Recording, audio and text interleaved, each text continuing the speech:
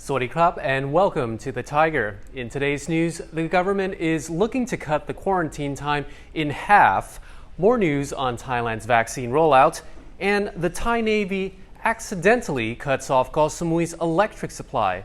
We've also got the latest information on the country's air quality woes later in this edition. But meanwhile, time for the news.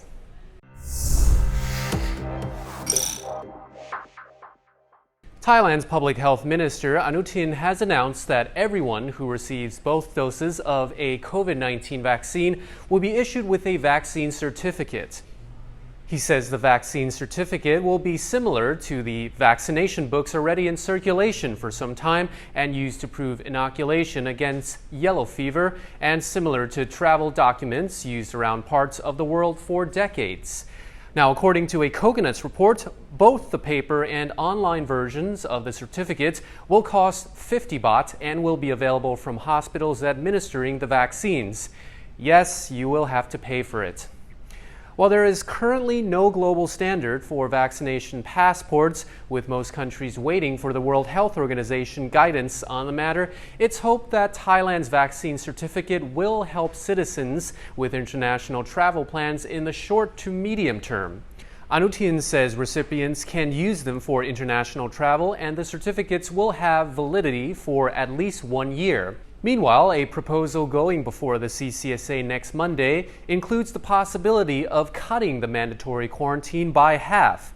Tim Newton has all the latest from Suvarnabhumi Airport.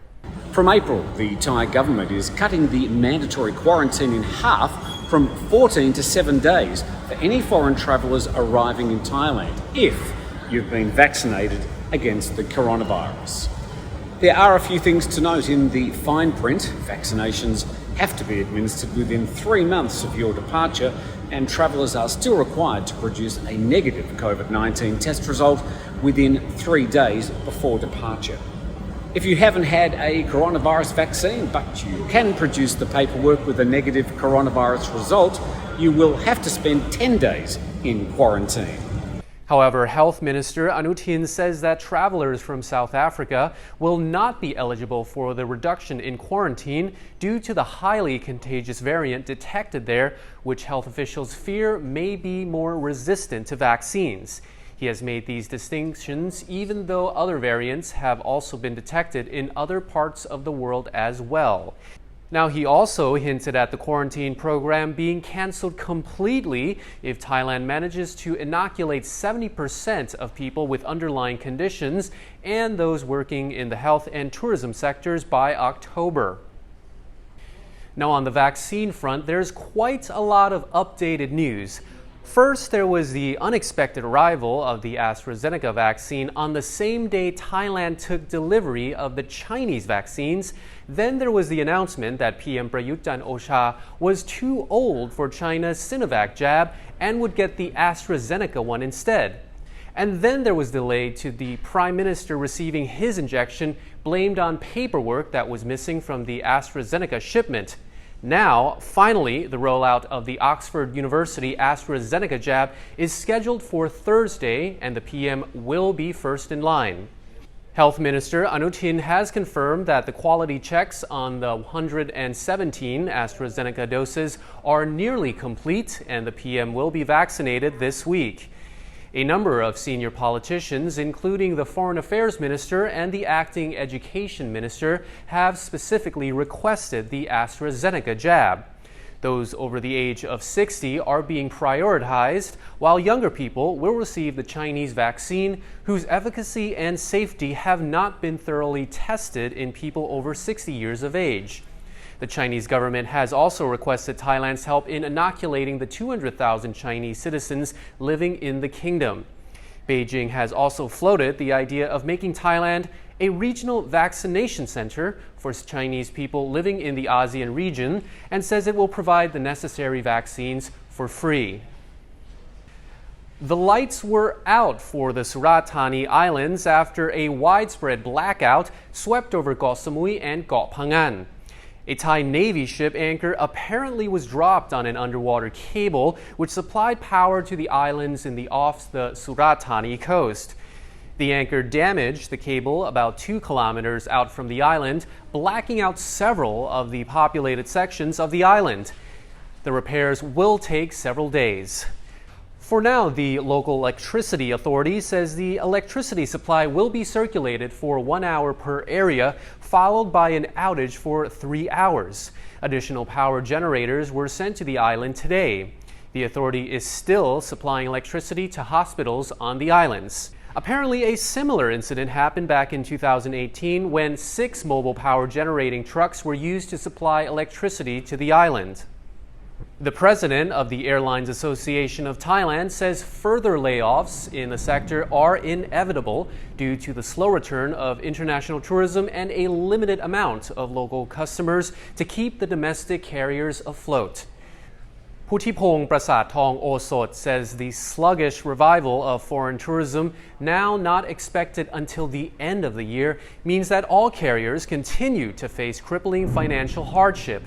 And while there was a surge in the domestic market during the last quarter of 2020, the return of the virus in late December has brought demand to a grinding halt, with the local carriers still limited to reduced schedules and routes. Significant layoffs have already happened over the course of the pandemic, with staff numbers at 7 carriers under the AAT umbrella now standing at 16,000, down from almost 30,000 in pre-COVID times. Bangkok Airways has cut 20% of its workforce and only has 30% of its fleet in operation. The boutique private company transported just 300 passengers a day during the month of January. Now, peak passenger numbers prior to the pandemic were around 5,000.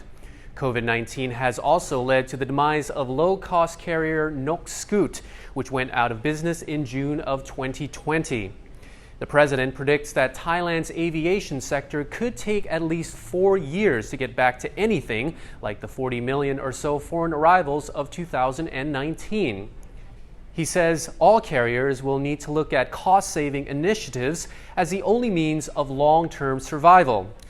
The domestic airlines are still calling for government help or soft loans to help them navigate through the next few years. A local politician allegedly shot 4 people at a pub in Nakhon Phanom, far northeast of Thailand. Witnesses told the Bangkok Post that the man started firing shots throughout the pub because he was drunk and unhappy with the table service. Police arrested a 58-year-old who is a village gamnan. Witnesses say the man was drinking at the pub with friends when he became upset with the waiter. He then walked out to his car, drove to the front of the pub, grabbed a 9mm CZ pistol, and started firing random shots in the pub. 8 to 9 shots were fired, hitting 4 customers in the building. They were all rushed to the hospital. The local politician was arrested on a firearms charge. Now time to check in for the air quality and forecast around Thailand. Here's Tim. Starting off in Bangkok, and there's certainly been some loud bangs in the capital. Midday today, moderate air quality measuring 90. For Wednesday and Thursday, the air quality will be getting worse. Top temperatures of 34 on each days and the possibility of some thunder showers. To Phuket, and clear air there today, although it will be getting a little bit worse the next couple of days. Top temperatures of 29 degrees for Wednesday and Thursday, and also the possibility of some showers. To the northeast and in Nakhon Ratchasima, we've got a very unhealthy air quality today, measuring 158, will improve the next 2 days. Top temperatures of 36 and 37, quite hot, and sunny skies. To Chiang Mai, and they're really getting hammered in the northeast this week, although the air quality should improve the next couple of days. Top temperatures of 38 and 39, blisteringly hot with clear skies, well, except for the air pollution. To the central Gulf Coast and Phetchaburi, where we've got moderate air quality today, measuring 66. Wednesday and Thursday, much the same. Top temperatures of 30 and 31, clear blue skies. And finishing off in Pattaya, where we've got moderate air quality today, measuring 58. Wednesday and Thursday, much the same. Temperatures of 29 and 30, and the possibility of some thunder showers. Back to Jet. Thank you, Tim, for that report. You're now up to date on the Thaiger, and don't forget to subscribe to our channel. See you tomorrow. สวัสดีครับ